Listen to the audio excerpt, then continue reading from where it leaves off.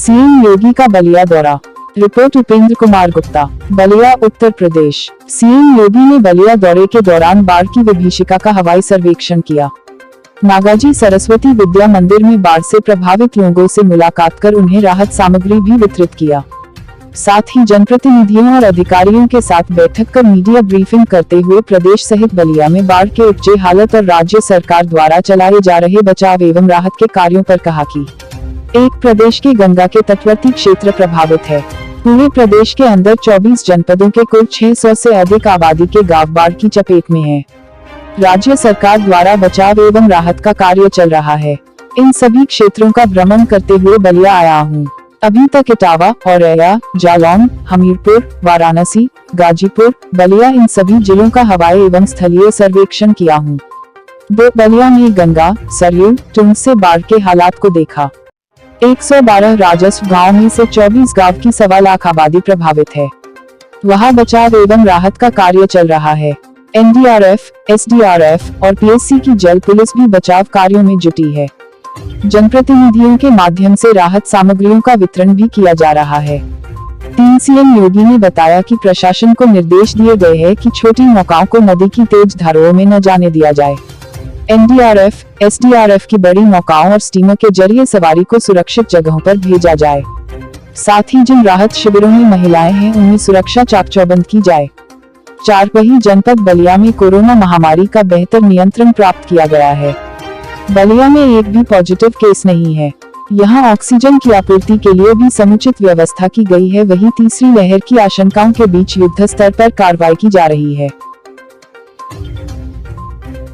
वर्तमान में प्रदेश का गंगा के तटवर्ती क्षेत्र बाढ़ से प्रभावित हैं। पूरे प्रदेश के अंदर लगभग 24 जनपदों के 600 से अधिक गांव, आबादी के गांव बाढ़ की चपेट में होने के कारण राज्य सरकार के स्तर पर उन सभी क्षेत्रों में बचाव और राहत का एक बृहद अभियान चल रहा है। मैं स्वयं इन सभी क्षेत्रों का भ्रमण करते हुए आज बलिया जनपद में आया हूँ।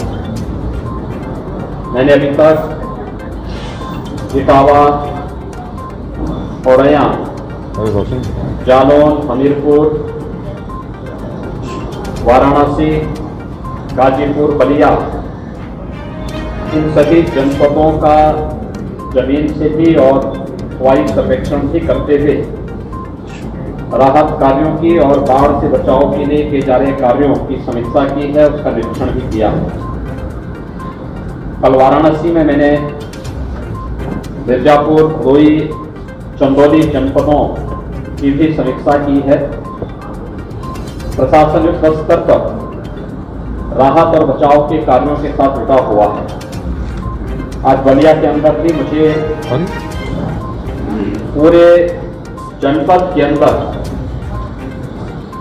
गंगा नदी के कारण, टोंस के कारण और सरयू नदी के कारण बाढ़ या जल प्लावन की जो स्थिति पैदा हुई है उसका निरीक्षण करने का अवसर प्राप्त हुआ है। और मैंने इस चीज को वहां पर बहुत नजदीक से देखा है कि एक बड़ी आबादी, जिसमें लगभग अगर आबादी के गांवों की संख्या, राजस्व गांवों को हम देखें तो वह 112 राजस्व गांव हैं, लेकिन आबादी से जुड़े हुए गांव केवल 34 ऐसे गांव हैं जिनकी लगभग 1.25 लाख के आसपास आबादी बाढ़ से प्रभावित है।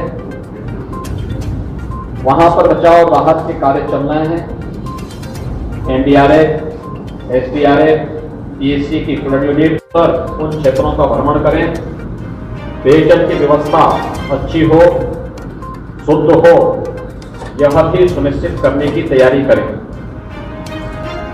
इसके साथ ही यह भी प्रशासन को निर्देश दिए जा रहे हैं कि छोटी और मझोली नाव नदी के करंट के उसमें न आने पाए, नदी की धारा में ये न चले, एनडीआरएफ, एसडीआरएफ या पीएससी की स्टीमर या बड़ी नौकाओं के माध्यम से ही सवारियां जाएं।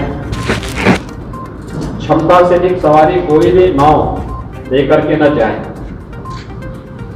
सुरक्षा की पुख्ता व्यवस्था करें, खासतौर पर राहत शिविरों में जहां पर महिलाएं और बालिकाएं रह रही हैं, उन्हें वहां पर एक सुरक्षित माहौल देने के लिए महिला आरक्षियों की व्यवस्था सुनिश्चित करने के लिए भी स्पष्ट निर्देश दिए गए हैं।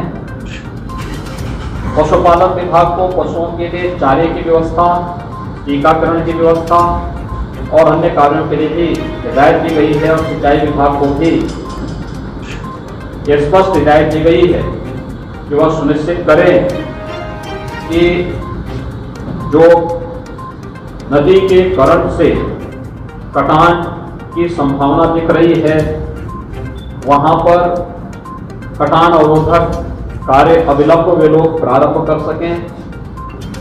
हर हाल में जन धन की हानि को रोकना है और लोगों को अधिक से अधिक राहत प्रदान करना है। जनप्रतिनिधियों के मार्गदर्शन और उनके सहयोग से जनपद में राहत के कार्य और बचाव के कार्य युद्ध स्तर पर चल रहे हैं। बेहतर तरीके से इसे आगे बढ़ाने का कार्य किया जा रहा है।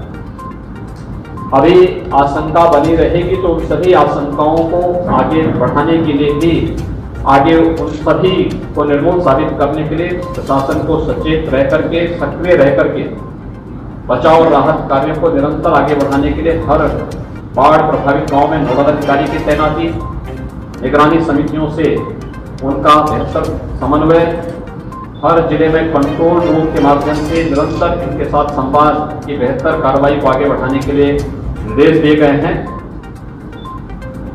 जनपद बलिया ने कोरोना महामारी पर बेहतर तरीके से नियंत्रण प्राप्त किया है। आज यहां पर कोरोना पॉजिटिव का एक भी केस नहीं। यहां पर ऑक्सीजन की आपूर्ति में और ऑक्सीजन में आत्मनिर्भरता के लिए जो प्रयास प्रारंभ हुए हैं वो एक सराहनीय प्रयास है।